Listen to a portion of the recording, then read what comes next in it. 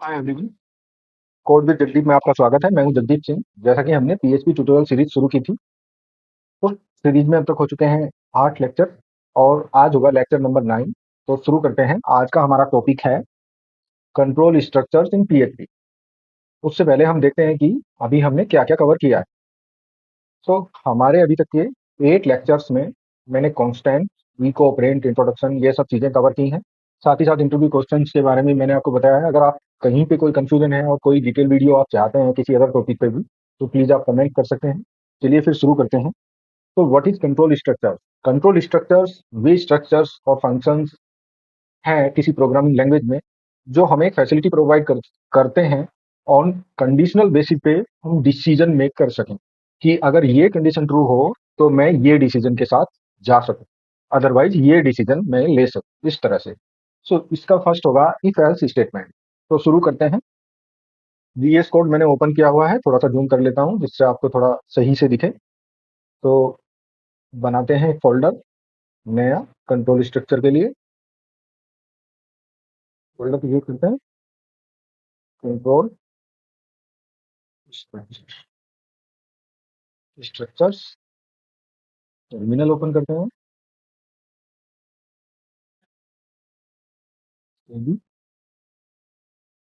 Control structures create करते हैं एक फाइल इसके इनसाइड index.php।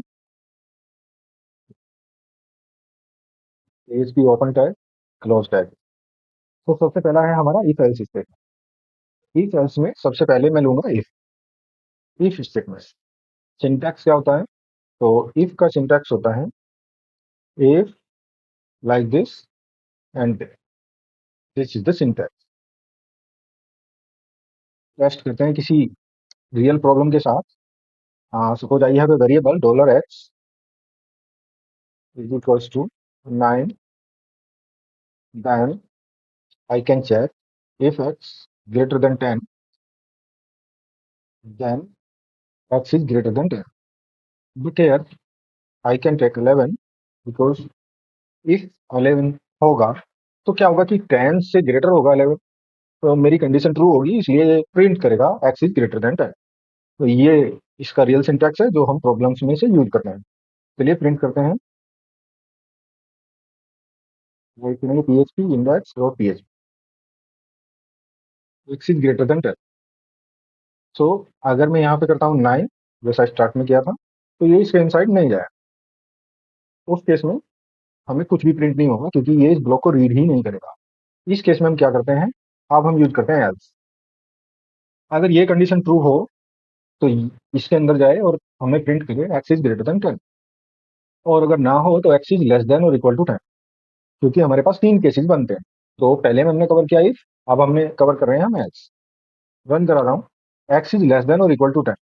क्योंकि इतना तो हमें क्लियर हो गया है कि ग्रेटर देन नहीं है 10 की। दैट मीन्स या तो लेस देन होगा या फिर इक्वल टू हो। ठीक है, क्लियर? क्लियर स्क्रीन कर लिया। तो अभी हमारे पास कितने केसेस हैं? पहला केस है या तो ग्रेटर देन 10 होगा, या इक्वल टू 10 होगा, या फिर लेस देन 10 होगा। 3 केसेस। लेकिन यहाँ इफ एल्स क्या चेक कर पा रहा है? केवल 2 केसेस। ठीक है, थर्ड केस के लिए हम क्या करेंगे? हम एल्स की जगह हम यूज कर सकते हैं एल्स इफ। तो इसमें मैं क्या करता हूँ, मैं इसको कर लेता हूँ कॉपी, और आपकी हेल्प के लिए, क्योंकि मैं इसे गिटहब रेपो में पोस्ट करने वाला हूँ, डिस्क्रिप्शन में आपको लिंक दे दूंगा। कहीं आपको कंफ्यूजन होता है तो आप यहाँ से हेल्प ले सकते हैं। ठीक है, तो अभी मैं लिखता हूँ एल्स इफ, और एक कंडीशन और यहाँ पे मैं रखूंगा। वो कंडीशन क्या होगी? वो कंडीशन होगी $x less than 10, x is less then.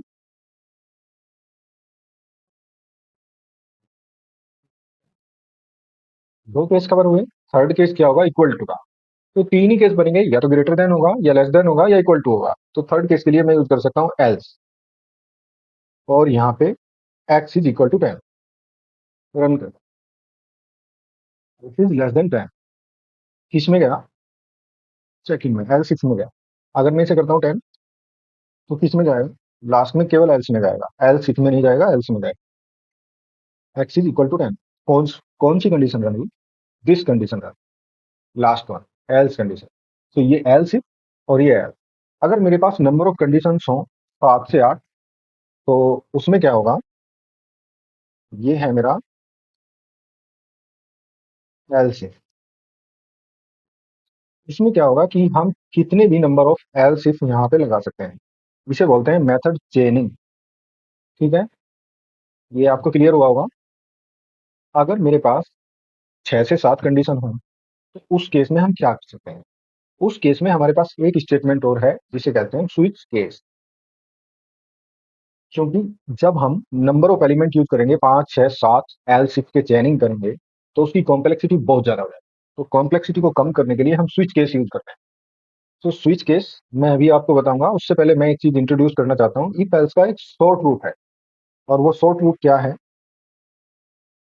Shortest form of if else. इसमें हम क्या करते हैं, हम राइट करते हैं x = 10। देन हम राइट करते हैं x10 ई को।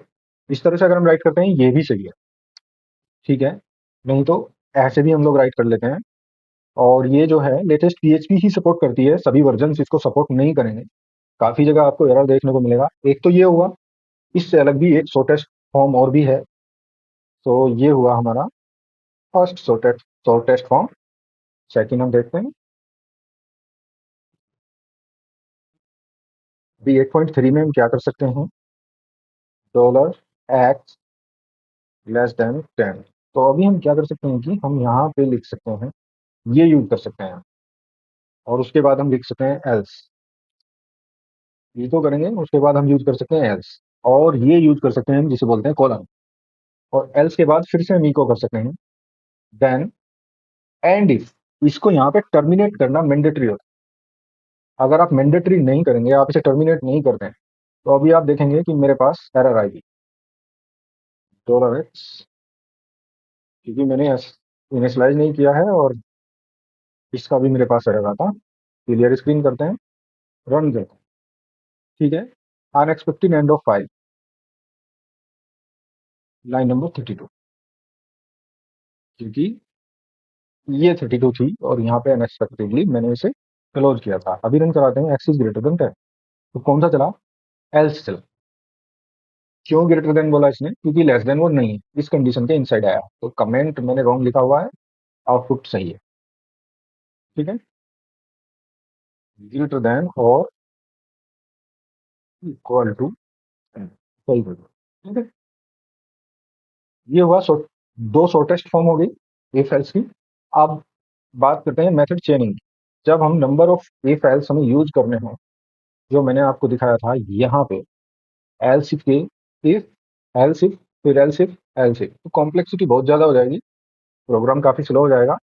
और ये एक तरह से बेस्ट प्रैक्टिस नहीं समझी जा सकती है, जाती है, अगर मैं कॉम्प्लेक्सिटी की भी बात छोड़ दूं। क्योंकि कॉम्प्लेक्सिटी तो नंबर एन तक तो नहीं जाने वाली है फिर भी, लेकिन ये बेस्ट प्रैक्टिस नहीं होती है। उसके लिए हमारे पास है स्विच। और स्विच को हम बोलते हैं स्विच केस। अपनी स्लाइड में भी मैं आपको दिखाता हूँ, ये फाइल्स स्टेटमेंट हमने कवर कर लिया है, स्विच केस अब हम कवर करने हैं। स्विच का क्या है कि स्विच हम लिखते हैं इस तरह से, और इसके इनसाइड पास करते हैं true. According to our conditions we can modify it. और केस मैंने ले लिया एक्स ग्रेटर देन 10, हालांकि मैंने एक्स अभी डिफाइन नहीं किया है यहाँ पे। तो मेरा केस फर्स्ट ये हो गया। सेकंड केस मेरा क्या होगा, उसके बाद हम ब्रेक से केसेस को टर्मिनेट करने का काम हम ब्रेक के थ्रू करते हैं। $x = 9। सेम में रख लेता हूँ जो मैंने मेथड चेनिंग में रखा था, इफ एल्स की चेनिंग में। तो इसका सिंटैक्स होता है, पहले हम लिखते हैं स्विच, फंक्शन बनाएंगे, उसके अंदर लिखेंगे ट्रू। या मैं $x पास कर सकता हूँ, इज सेट $x इस तरह से पास कर सकता हूँ, लेकिन इज सेट का यूज अभी हमने कहीं भी किया नहीं है, कोई इंट्रोड्यूस भी नहीं अभी तक किया है, तो उसका मैं यूज नहीं कर रहा हूँ। तो यहाँ पे हमने लिखा ट्रू, क्योंकि ये कंडीशन ट्रू ही है। हम इसे डायरेक्ट ट्रू दे रहे हैं, तो इसका मतलब ये कंडीशन हमारा चलेगा ही चलेगा। फिर इसके इंसाइड सबसे पहले हम लिखते हैं केस। और केस में हमारी जो भी कंडीशन होती है वो लिखते हैं, या हम यहाँ लिख सकते थे केस 0, इस तरह से भी हम कर सकते थे। तो एक्स ग्रेटर देन 10 पहला केस जो हमने इफ में लिया था, वही कंडीशन आप याद कर सकते हैं। और वो कंडीशन मेरी ये थी, इफ एक्स ग्रेटर देन 10। दूसरा केस क्या होगा, दूसरा केस मेरा होगा एल्स इफ वाले एग्जाम्पल में, इफ लेस देन 10। तो सेकंड केस मेरा यहाँ होगा, बिल्कुल आप इससे लिंकिंग करके देख सकते हैं। मैं थोड़ी देर के लिए इसको बंद कर देता हूँ, जिससे आपको सही दिखे। और मैं क्या करता हूँ कि मैं इसको कॉपी कर लेता हूँ यहाँ पे कॉपी कर लेता हूँ और मैं आपको एक एक चीज इसका मैच करने में ईजी रहेगा। तो एक्स ग्रेटर देन 10 पहला केस मैंने लिख लिया। और इसके बाद हम क्या करते हैं, अपना कमेंट हम प्रिंट कराते हैं जो भी हमें आउटपुट शो करना होता है। उसके बाद हम करते हैं इस कंडीशन को ब्रेक। फर्स्ट स्टेटमेंट हमारा कंप्लीट हुआ। अब बात करते हैं सेकंड।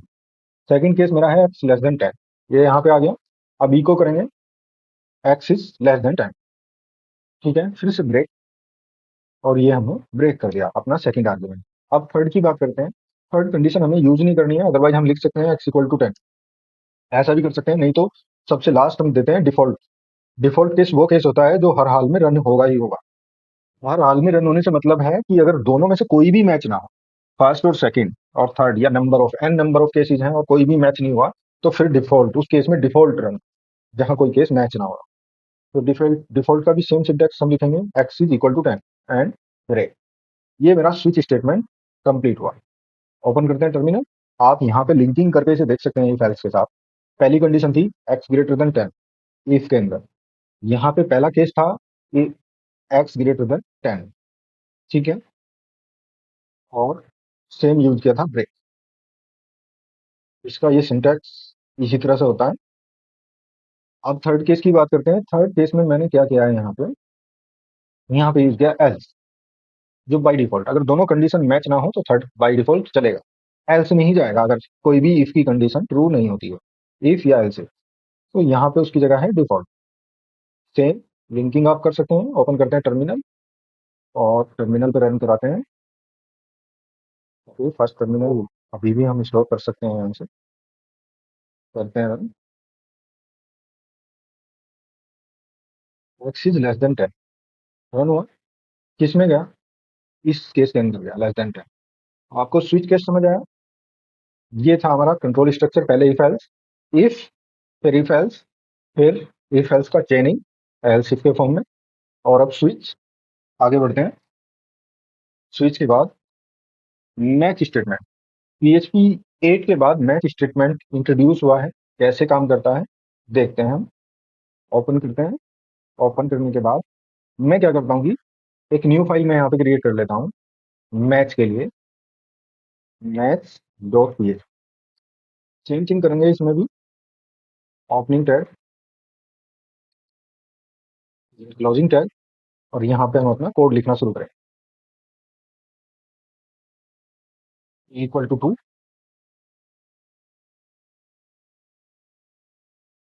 यहाँ पे मैंने रख लिया 2 3 4, एनीथिंग वी कैन पुट, ठीक है। और यहाँ पे हम क्या करेंगे कि एक लेंगे अपना रिजल्ट, और इक्वल टू यहाँ पे लिखेंगे मैच, और मैच के इनसाइड हम पास करेंगे अपना वेरिएबल। और यहाँ पे भी हम केसेस वगैरह भी दे सकते हैं लाइक दिस। ये सजेशन में जैसा कि मेरे पास आ रहा है, लेकिन मैं ऐसे नहीं लिखने वाला हूँ। डॉलर ए मैं यहाँ पे पास करूंगा कि अगर डॉलर ए ट्रू हो, सो मेरे कुछ केसेस होंगे वो रन हो जाएगा। राइट करता हूँ मैं केसेस, और इस तरह से होगा एरो। यहाँ पे मैं कमेंट दूंगा वैल्यू इज 1, ठीक है, value is 2, default value is not 1 और 2। इतने पे ही मैं इसे टर्मिनेट करता हूँ, यहाँ पे मैं इसे सेव करता हूँ। अभी करते हैं इको डॉलर रिजल्ट।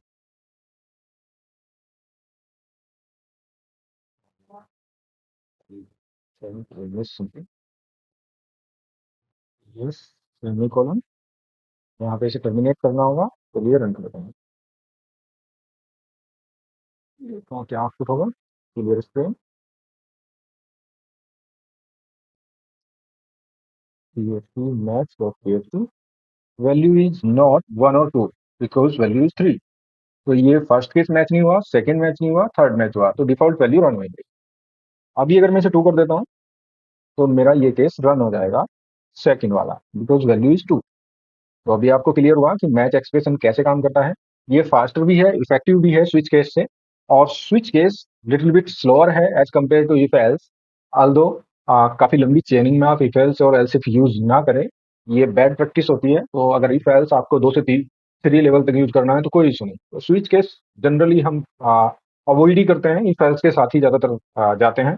लेकिन अभी जो पीएचपी 8.2 और 8.3 में मैच एक्सप्रेशन है, ये दोनों से ही फास्टर है। तो अगर आपकी कंडीशन कुछ इस तरह की है कि आप केसेस बना के उसे रख सकें, यूज़ कर सकें, तो मैच एक्सप्रेशन का यूज़ आप कर सकते हैं। आगे की स्लाइड में देखते हैं कि आगे कुछ बचा है। जल्दी से हम नहीं, ये हमारी लास्ट स्लाइड थी और कंट्रोल स्ट्रक्चर्स इसी में कंप्लीट होते हैं। अगले लेक्चर में हम लूप पढ़ेंगे। तो जल्दी से रिकैप करते हैं। हमने पढ़ा मैच एक्सप्रेशन, और हमने उससे अलग पढ़ा switch case, if else, else if, और इफ एल्स का एल्स इफ के साथ चेनिंग। ये आज के लेक्चर में हमने पढ़ा। आई होप आपको समझ आया होगा और आपके सभी डाउट्स मैंने क्लियर किए होंगे। इसके बाद आप अब अच्छे से इन सबका यूज कर पाएंगे। Thank you for watching. अगर आपका कोई क्वेश्चन है, कहीं कोई प्रॉब्लम है, तो प्लीज आप कमेंट कर सकते हैं और हमसे पूछ सकते हैं। इसके साथ ही आपसे रिक्वेस्ट है, do like and share. Thank you so much. Bye. Happy coding.